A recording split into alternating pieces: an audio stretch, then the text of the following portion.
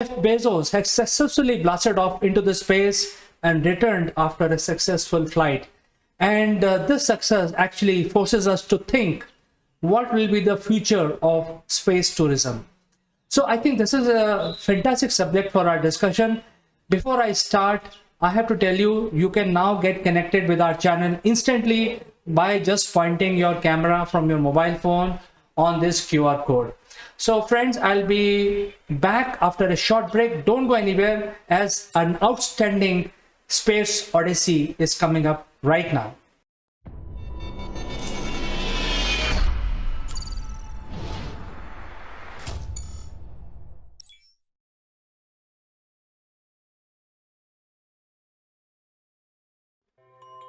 Welcome back, friends.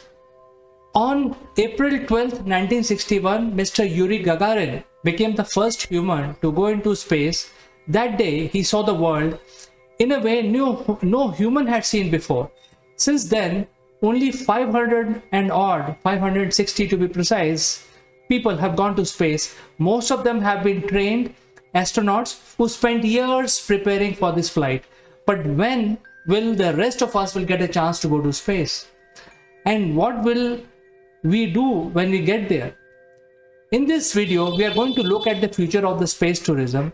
We're also going to look at the private astronauts who have paid to go to space. Also, reusable rockets that can help kickstart the space tourism industry.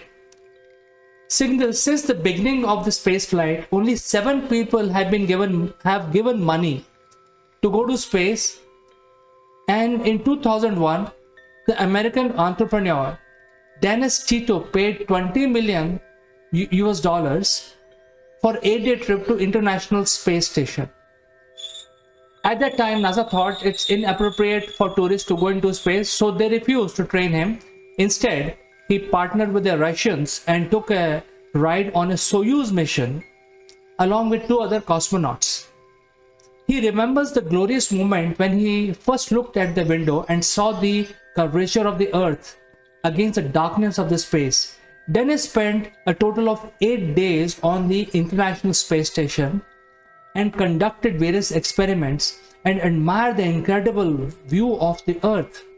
So far, number of visitors to space have been very, very small, but that may all change in near future. With many private space companies developing reusable spacecraft, the cost of spacecraft is starting to drop dramatically. The Blue Origin is developing its new Shepard spacecraft specifically for touring flights into space. The capsule has 6 seats with largest windows ever seen in any spacecraft. During these flights, the rocket will accelerate to about 100 kilometers altitude before cutting off the engine, releasing the capsule. At this point, the capsule is essentially in a free fall, but still traveling upwards because of the momentum. And it will reach its highest point. The passengers will be able to leave their seats inside the capsule and experience the effect of weightlessness. A few minutes later, the passengers would return to their seat before the capsules enter the atmosphere, and effects of weightlessness would disappear. Although these flights are extremely short, reusability of the rocket could give customers the chance to experience the wonders of space for as little as $200,000. While this will still only satisfy the super rich, it is still a step in the right direction if the space flight has ever to achieve a price and safety standards of airliners. But as the industry grows and companies compete to develop the cheapest rides into the space, the price would drop even further. To each space vehicle that can be reused multiple times before it needs serious refurbishment, the customer would only need to cover the cost of the crew and the fuel. The airplane can fly several times per day and operate thousands of flights in its lifetime. If a rocket can reach even a fraction of these numbers, the space tourism could open up to a wider public.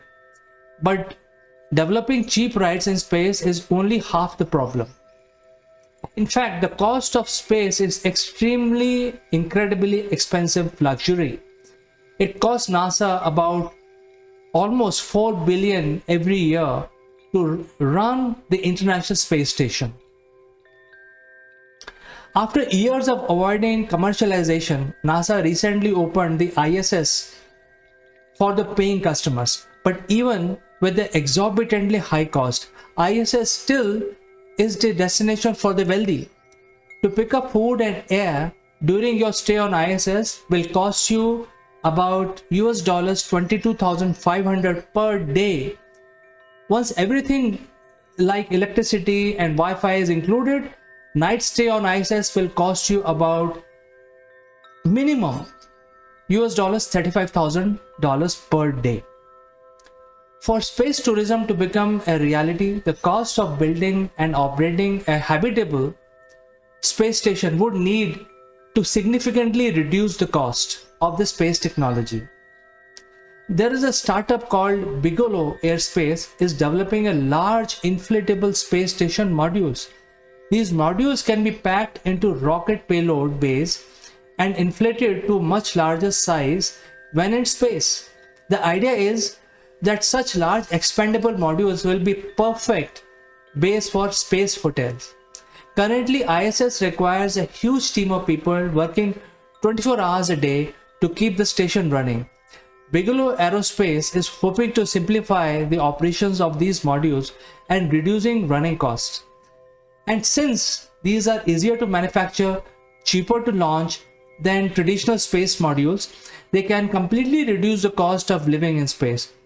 So although the idea of space tourism may seem like a distant fantasy even today, incredible advances in reusable rockets and space module could soon open the door to a new generation of explorer. So I look forward to your comments, friends. Do let us know what is your opinion about the future of space tourism.